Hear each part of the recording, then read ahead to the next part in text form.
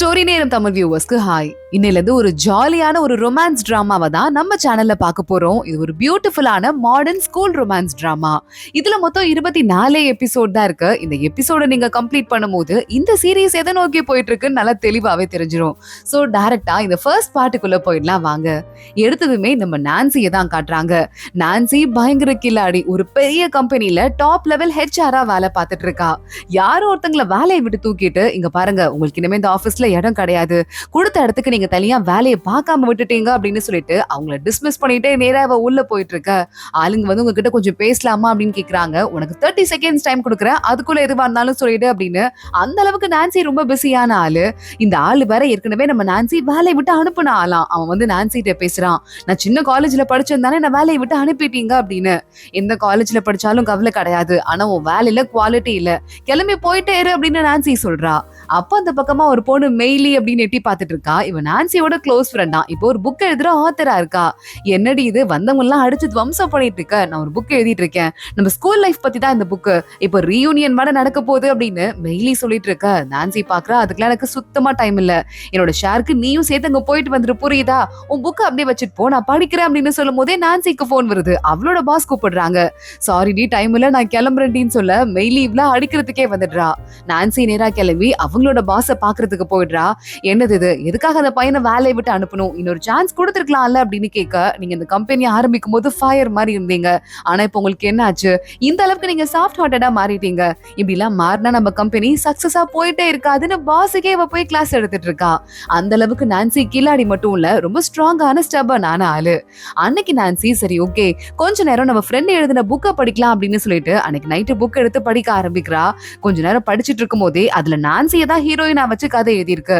நான்சிக்கு எப்பவுமே நம்ம சின்ன காலேஜ்ல படிச்சதால தான் இவ்வளவு ஸ்ட்ரகிள் பண்ணிருக்கோம், கொஞ்சம் பெரிய காலேஜ்ல நல்லா படிச்சு சேர்ந்திருந்தோம்னா இந்த மாதிரி கஷ்டமே பட்டிருக்க வேணான்னு தோணும் போல. அதனால நான்சி ஸ்கூல் படிக்கும் போதே நல்லா படிக்கிற மாதிரி ஒரு கதை எழுதி இருந்திருக்கா அந்த ஃப்ரெண்டு பொண்ணு. இதை படிச்சுட்டே நான்சி அப்படியே தூங்கி போயிடுறா. கதை நல்லா இருக்கு அப்படின்னு சொல்லிட்டு திடீர்னு நான்சி கண்ணை முழிச்சு பாக்குறா.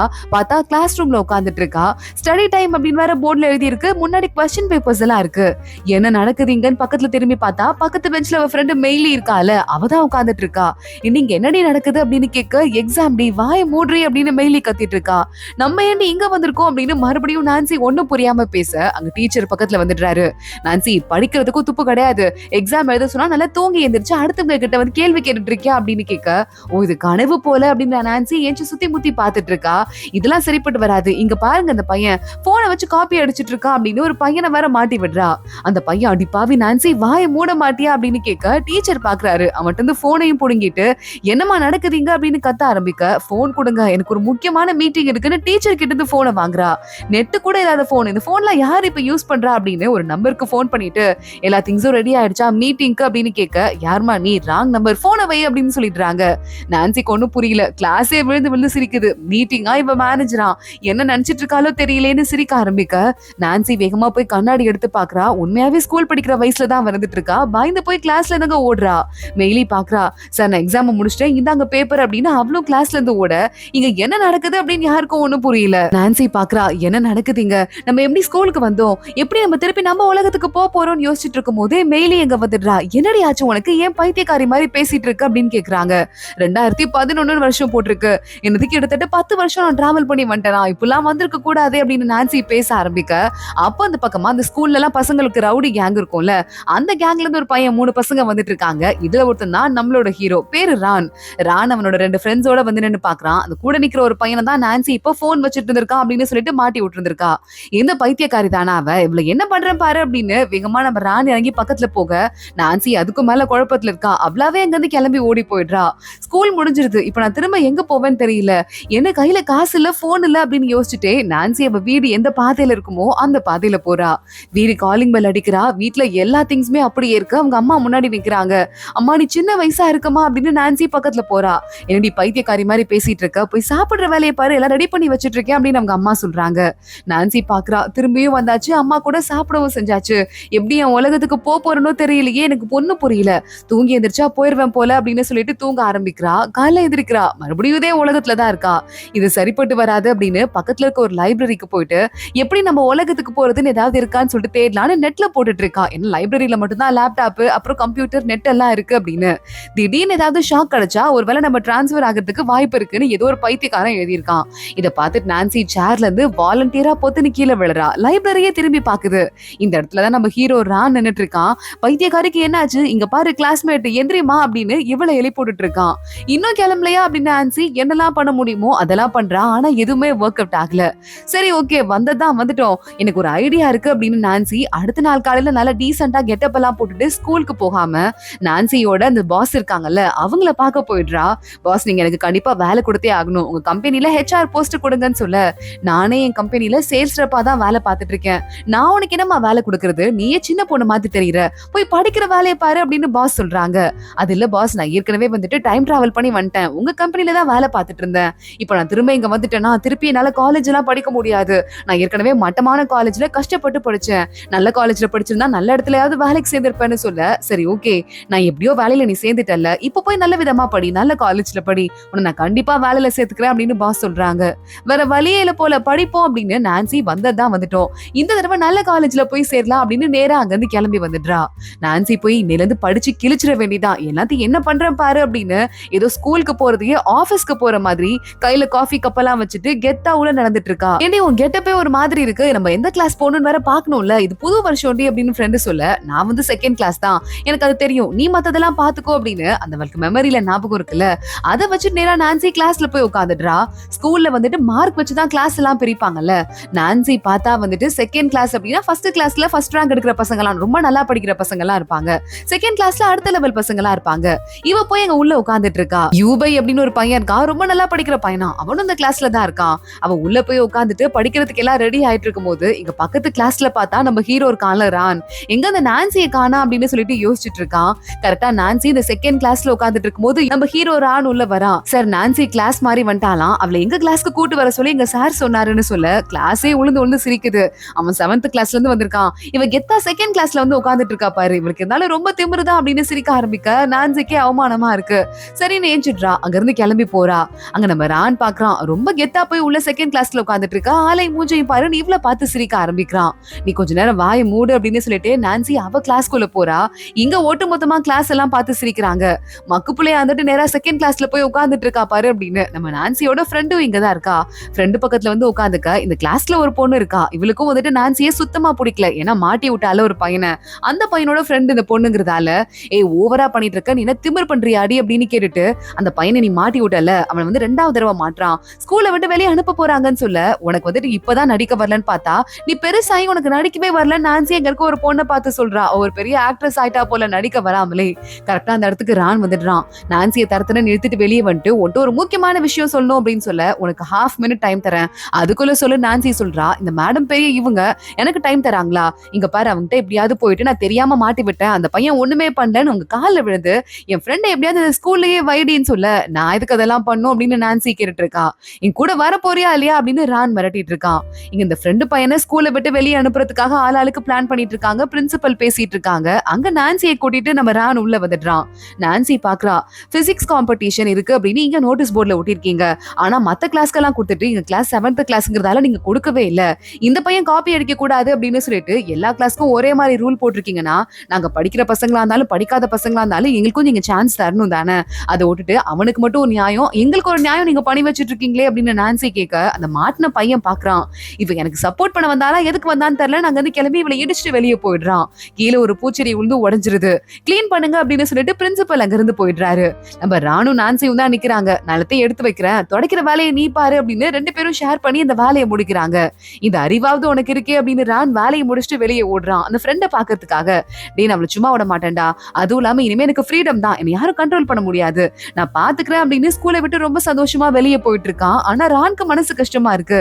நீ வேணாண்டா போகாதரா, இது சரிப்பட்டு வராதரா அப்படின்னு சொல்ல, அதெல்லாம் இன்னும் சொல்ல வேண்டாம், நான் முடிவு பண்ணிட்டேன், என்ன ஸ்கூல்ல சேர்த்துக்க மாட்டாங்கல்ல, எனக்கும் கவலை இல்லை அப்படின்னு சொல்லிட்டு நம்ம அந்த பையன் வெளியே போயிடுறான். நான்சி மறுபடியும் கிளாஸ்க்கு வரதுக்குள்ள அவ டெஸ்க்ல யாரோ காஃபியை கொட்டி வச்சிட்டு இருக்காங்க. வெளியே ஒரு இங்கிலீஷ் டீச்சர் வராரு, அமைதியா நின்று பார்த்துட்டு தான் இருக்காரு. இந்த சேர்ல நான் உட்கார மாட்டேன் அப்படின்னு நான்சி அந்த காஃபி கொட்டின சேர் எடுத்துட்டு போயிட்டு நேரா வேற இடத்துல போட்டுட்டு அங்க போயிட்டு அங்க இருந்து நல்ல சேர் எடுத்து வந்து நான்சி உட்காந்துக்கிறா. இங்க பாருங்கடா சின்ன பசங்களா, என்கிட்ட வம்பு வச்சுக்காதீங்க, ஏற்கனவே நிறைய வேலை இருக்கு, படிக்கணும்டா அப்படின்னு நான்சி சொல்லிட்டு இருக்கா. உள்ள ரான் வரான், கண்டுக்காத மாதிரி போயிட்டு அவனோட பிளேஸ்ல உட்காந்துக்கிறான். அப்போ டீச்சர் வராரு. நான்சியோட சேர்ல யார் இந்த மாதிரி காஃபியை கொட்டினாங்களோ அந்த பையனை கூப்பிட்டு போர்ட்ல எழுதி போடுற கூப்பிடுறா அப்படின்னு சொல்ல அவன் போறான். நேரா அந்த காஃபி கொட்டின சேர் எடுத்துட்டு போயிட்டு அந்த இங்கிலீஷ் டீச்சர் அந்த பையனோட இடத்துல வச்சுட்டு நல்ல சேர் அங்க இருந்து எடுத்துட்டு வந்துடுறாரு. அந்த பையன் எழுதி முடிக்கிறான், திரும்பி உட்கார்றதுக்கு போறான். காஃபி கொட்டி இருக்கே அப்படின்னு அவன் அமைதியா பாத்துட்டு இருக்க. டீச்சர் பாக்குறாரு, என்ன பாத்துட்டே இருக்க, உட்கார்றா அப்படின்னு சொல்ல, ஆஹா இதுக்கும் மேல அது பெரிய பிரச்சனையாக்குனா நம்ம தான் மாட்டுவோம் அப்படின்னு வேற வழியே இல்லாம அவனும் உட்காந்துடுறான். டீச்சர் கிட்ட நான்சி கிளாஸ் முடிச்சது பின்னாடியே ஓடுறா. எனக்கு இதுல இதெல்லாம் கொஞ்சம் முக்கியமானதுன்னு சொல்லி அண்டர்லைன் பண்ணி தரீங்களா அப்படின்னு கேட்டுட்டு இருக்கா.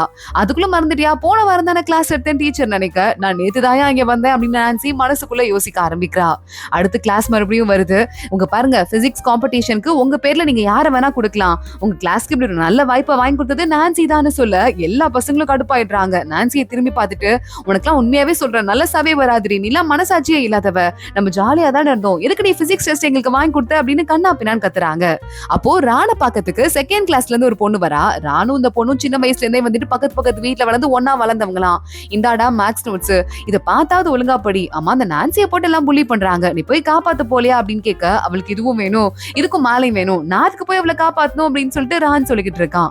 என்னவோ பண்ணி தொலைங்கன்னு அந்த பொண்ணும் அங்க இருந்து கிளம்பி போயிடுறா.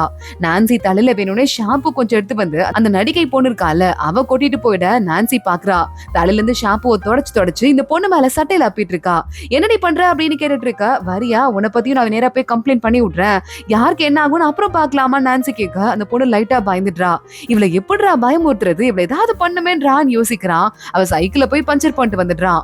அங்க இருந்து பார்த்தா நான்சி என்ன பண்றது, சைக்கிள் டயர் பஞ்சர் ஆயிடுச்சு அப்படின்னு யோசிச்சுட்டு இருக்க. ரான் பாக்குறான். ரானே அவன் கையால பண்ணல போல, அவன் ஃப்ரெண்ட் இவனதான் சைக்கிள பஞ்சர் பண்ணிட்டாங்க. ஆனா நான்சி திரும்பி பாக்குறவ ரான் தான் அப்படின்னு சொல்லிட்டு கன்ஃபார்மே பண்ணிடுறா. ரான் அங்க இருந்து போயிடலான்னு யோசிக்கிறதுக்குள்ள நான்சி பக்கத்துல இருக்க டீச்சரை கூப்பிட்டு ஏதோ சொல்றா. அவங்க ரானை கூப்பிடுறாங்க. என்னாச்சு மிஸ் அப்படின்னு ரானு பக்கத்துல போக, இவளுக்கு ஏதோ வீட்டுல முக்கியமான வேலை இருக்கான். அப்பன்னு பார்த்து சைக்கிள் பஞ்சர் ஆயிடுச்சான், நீ உன் சைக்கிளை கொஞ்சம் கூடுறா, நீ இந்த சைக்கிளை சரி பண்ணி கொடுத்தனா அப்புறமா நாளைக்கு கொண்டு கொடுத்துருவா அப்படின்னு சொல்றாங்க. டீச்சர் பேச்ச மீற முடியுமா, வாயை முடிட்டு ரான் ஓகே சொல்லிடுறான். நான்சி அவனோட சைக்கிள் எடுத்துட்டு ஈஸியா போயிடுறா. ரான் போயிட்டு இருக்கும் போதே நடுவுல ஒரு ஹோட்டல்ல உட்காந்து நல்லா நான்சி சாப்பிட்டு இருக்கா சைக்கிளை நிறுத்தி வச்சுட்டு. ஏதோ வீட்டுல முக்கியமான வேலைன்னு சொன்ன அப்படின்னு கேட்க, முக்கியமான வேலை தான், சைக்கிள் வந்ததுக்கு அப்புறம் தான் அந்த வேலைக்கு போகணும், நீதான் சரி பண்ணி கொண்டு வந்துட்டியே, ரொம்ப தேங்க்ஸ்டா அப்படின்னு நான்சி சொல்றா. உன்னை இறுதி ஒரு நாள் கவனிச்சுக்கிறேன் அப்படின்னு ரான் அங்க இருந்து கிளம்பி போறான். நான்சி நேரா கிளம்பி வீட்டுக்கு போறா. அம்மா எனக்கு ஒரு முக்கியமான வேலை இருக்குமா, கொஞ்சம் நான் ட்ரெஸ் எல்லாம் வாங்கணும் அப்படின்னு நான்சி சொல்லிட்டு இருக்கா. அதுவும் இல்லாம நான் நல்லா படிக்க வேண்டிய வர வேலை இருக்கு, நல்ல காலேஜ்க்கு போகணும்லன்னு சொல்ல, நீ நல்லபடியா நிம்மதியா தான் எனக்கு அது போதும், ரொம்ப பிரஷர் போட்டுக்காது அப்படின்னு அவங்க அம்மா சொல்றாங்க. நான்சி ட்ரெஸ் எல்லாம் எடுத்து பாக்குறா. அம்மா ஒரு ட்ரெஸ் கூட என்கிட்ட நல்ல ட்ரெஸ்ஸே இல்லம்மான்னு சொல்ல, ஏடி இதெல்லாம் நீ தானே பார்த்து ஒரு மாசத்துக்கு முன்னாடி தான் வாங்கின, உனக்கு என்னடி பிரச்சனைன்னு சொல்ல, வயசாக நம்ம டேஸ்டும் மாறும்ல, இப்ப நான் புது கிளாஸ் போனதால என் டேஸ்ட் மாறிடுச்சுமா, எனக்கு கொஞ்சம் காசு கொடுமா அப்படின்னு சொல்லிட்டு அடுத்த நாள் போய் ட்ரெஸ் எல்லாம் வாங்குறா. ஷாப்பிங் முடிச்சுட்டு நான்சி மறுபடியும் வீட்டுக்கு வந்துட்டு இருக்கும் போது அப்பன்னு பார்த்து ஒரு பையன் நான்சி கிட்ட நல்லா குடிச்சிட்டு வம்பிழுக்கிறான். அந்த இடத்துக்கு ரான் வந்துடுறான். யோ உனக்குலாம் அறிவே இல்லையா அப்படின்னு அவன் மேலேயும் நான்சி மேலேயும் கையை போட்டு நான்சியை காப்பாத்தி அவனை துரத்தி விடுறான். நான்சி பாக்குறா, இன்னொரு 50 மீட்டர் போனா போலீஸ் ஸ்டேஷன் இருக்கு, அங்க வரைய அவனை இழுத்துட்டே போயிட்டு ஸ்டேஷன்ல மாட்டி விடலான்னு பார்த்தேன், இப்ப நீ அவனை துரத்திட்ட, இப்ப அவன் அடுத்து போய் வேற யாரையா தொல்லை பண்ணுவான், நல்லா ஹெல்ப் பண்ணடா, ரொம்ப தேங்க்ஸ்டா அப்படின்னு நக்கல் பண்ணிட்டு அங்க இருந்து கிளம்பி போயிட்டு இருக்கா. நான்சி வீட்டுக்கு வந்துடுறா. அடுத்த நாள் யூனிஃபார்ம் எல்லாம் போடாம நல்ல புதுசா ட்ரெஸ் வாங்கினால அந்த மாதிரி போட்டு ஒரு புது மாடனா வந்துட்டு ஸ்கூலுக்கு கிளம்பி போயிட்டு இருக்க. அங்க ரான் வந்துடுறான். ஹே இன்னும் ஓவரா பண்ணிட்டு இருக்க, உனக்கு யூனிஃபார்ம் எல்லாம் போட்டு வர தெரியாதா அப்படின்னு கேட்க, ஃப்ரெண்டு மெயிலி இருக்கால, டே அவளை வம்பிழுக்காதரா, அவன் சாப்பிடல, நாங்க 2 பேரும் சாப்பிட போறோம் அப்படின்னு சொல்லிட்டு நேரா அவளை சாப்பிட கூட்டு போயிடுறா. இவன் எதுக்கு நீ காலைல என்ன வம்பிழுக்கிறதுக்காகவே சீக்கிரமா கிளம்பி வந்திருக்காண்டி அப்படின்னு நான்சி சொல்ல, ஏன் ஸ்போர்ட்ஸ்ல இருக்காண்டி அதனால அவன் சீக்கிரமா கிளம்பி வந்திருக்காண்டி, அவனதான் போன வாரத்துல இருந்து சீக்கிரம் வர சொன்னாங்கல்ல, உனக்கு எல்லாமே மறந்து போயிடுச்சா அப்படின்னு மெயிலி கேட்டுட்டு இருக்கா. இல்ல மறக்கலாம் இல்ல அப்படின்னு நான்சி சமாளிச்சுட்டு, ஆமா என் கிளாஸ்ல என் ரேங்க் என்ன அப்படின்னு கேட்க, உன்னோட ரான் ஒரு ரேங்க் முன்னாடி இருக்கான்னு சொல்ல, ஸ்போர்ட்ஸ் பிளேயரா இருந்துட்டு என்னோட ஒரு ரேங்க் முன்னாடி இருக்கான், நான் கம்மியா இருக்கேனா, சாப்பிடுற ஆசையே போயிடுச்சு, சாப்பிடறதுக்கு தகுதியே எனக்கு இல்ல அப்படின்னு நான்சி அங்க இருந்து கிளம்பி போயிடுறா.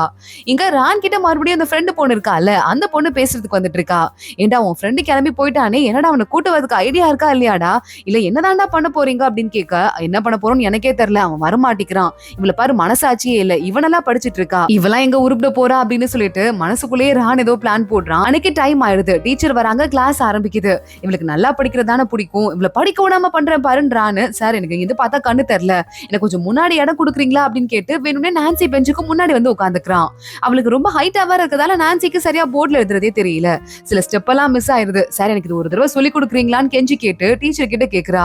டீச்சரும் சரி ஓகே இன்னும் ஒரு தடவை நான் ட்ரை பண்றேன் அப்படின்னு சொல்லி கொடுக்க ஆரம்பிக்க, ரான் வேணும்னே முன்னாடி இந்த பக்கமும் அந்த பக்கமும் நகர்ந்து நான்சியை பார்க்க விடாம பண்றான்.